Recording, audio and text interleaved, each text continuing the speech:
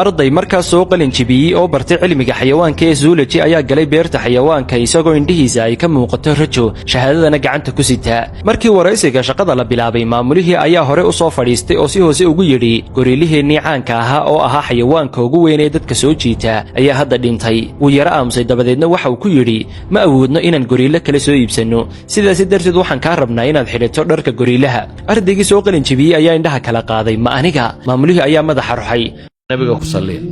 shaqaduna mushahar fiican ayay leedahay markii hore waxa uu dareemay in la bahdilayo sanado badan ayuu jaamacadda ku qaatay habeenno badan oo hurdo la'aan ah ayuu ku bixiyey barashada cilmiga xayawaanka wixii oo waxbarasho ahi ma halkani ku dambaysay laakiin kiro ayaa laga sugayey waalidkiisa ayaa sugayey sidoo kalena gaajadu ma danayso kibirka iyo sharafta wuu aqbalay shaqada subaxdii xigtay waxa uu xidhay dharkii goriilaha wuu boodbooday wuu guuxay waxauna laabta u garaacday sida boqorka goriilaha oo kale wuu ciyaaray geedahana waa uu iska laalaadiyey xitaa dadka ayuu u istaagi jiray si ay sawirrowlo galaan iyagoo taagan qafiska dhinaciisa kale iyagoo moodaya goriilihii saxda ahaa maalinba maalinta ka dambaysa waxa uu samaynayay bandhigii ugu fiicnaa noloshiisa ilaa galab maalmaha ka mid ah isaga oo doonaya inuu dib u boodo oo uu sameeyo biito ama uu dib isu rogo oo uu back flip sameeyo ayaa boodistiisii si khaldan ugu dhacday oo si khaldan ayuu u booday waxauna si toos ah ugu dhacay qafiska xigay oo ahaa qafiskii libaaxa goobtii aamusnaan ayaa qabsatay libaaxi ayaa si tartiib ah madaxa u soo jeediyey indhahoodii ayaa isqabtay